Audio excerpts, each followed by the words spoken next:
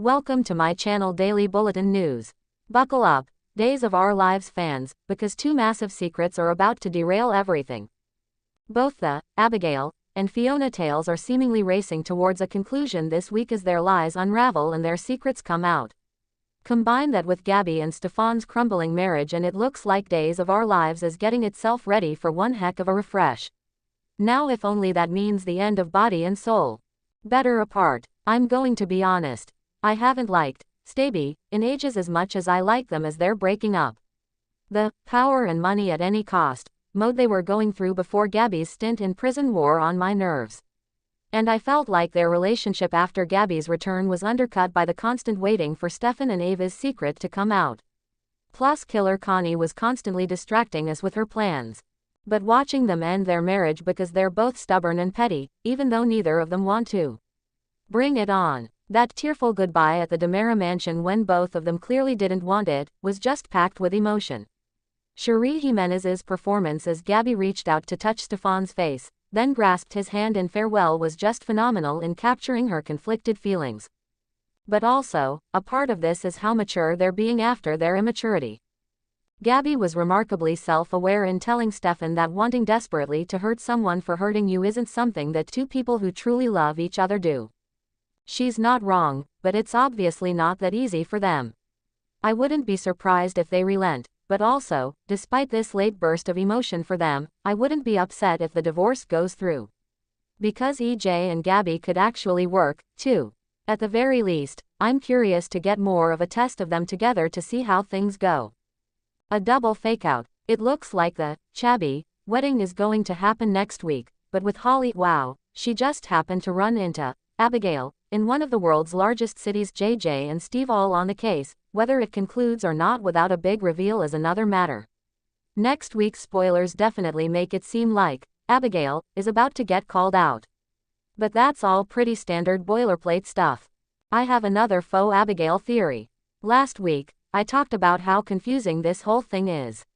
Abigail actually did get plastic surgery, so her little siblings didn't recognize her, but they also have never mentioned a sister and there has got to be a reason for so much confusion in the story. So what if there's more reveal coming? We don't know how this all came about or what prompted Abigail's plastic surgery.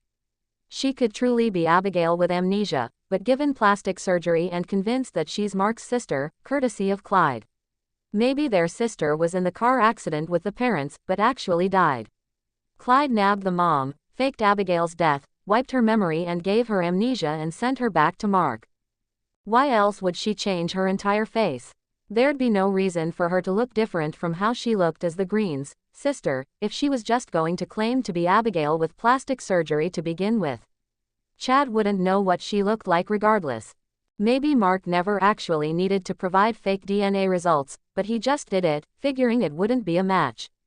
I'm just trying to figure out if there's an actual reason for this to be so confusing or to have such big plot holes. Game over. If Abigail is exposed as a fraud next week, though, she won't be the only one. Because Fiona's lies just came apart, all courtesy of Eric. That's right, Eric. Sarah remembering Fiona's face didn't hurt, either, but still, that was thanks to Eric. I mentioned last week how this was likely a last-minute change due to Drake Hogestyn not being well enough to play John digging into the truth. But as heartbreaking as that is, I like Eric digging into this. I like this whole go-getter thing with him, when he's not being a flake or a sad sack. Maybe he can be an investigative photojournalist and dig into more mysteries and crimes. Is that a thing? But once the truth is out, does that mean we're at the end of Fiona?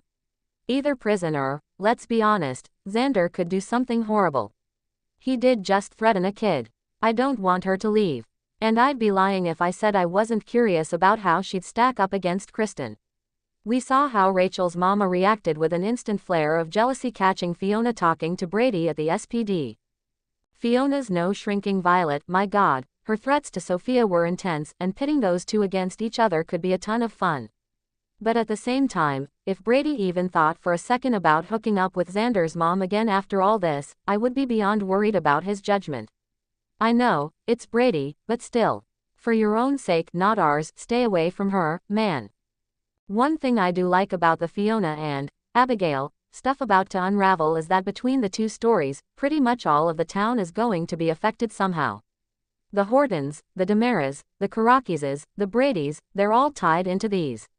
Maybe not the body and soul folks, though, but I feel like we're about at the end of them, and things will calm down for the 15,000th episode at the beginning of November when it turns to saying goodbye to Doug and Bill Hayes. Stay tuned and subscribe the channel.